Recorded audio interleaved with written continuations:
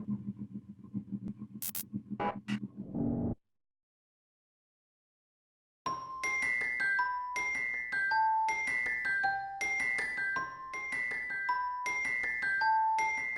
everyone, it's Beverly. I'm over here at the USO right now, and I hope you guys are gonna join me later because we are going to make lumpia. Here we go. Let's go ahead and start. I have not cooked side by side with my mother. However, she would just come up with ingenious ways of meals that comes from leftovers, for instance. So she would make that one stretch the entire week.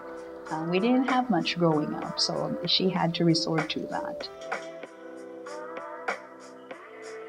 The important part of rolling lumpia is making sure not to roll it too tight. You're going to bust out some of the wrapper, especially on the sides, on the seams of it. And once you don't check that and you place it in a hot oil, it would just explode.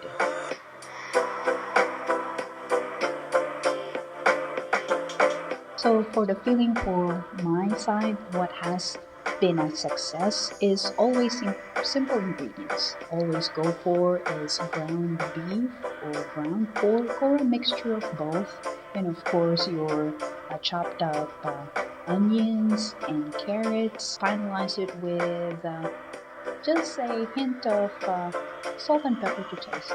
And of course love.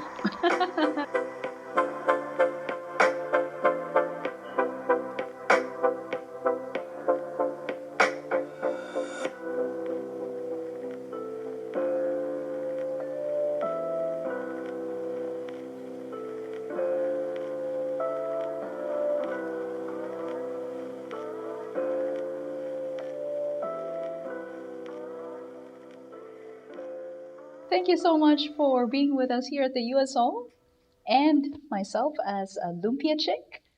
And I hope to hear from you guys soon. And it's a wrap. Thank you.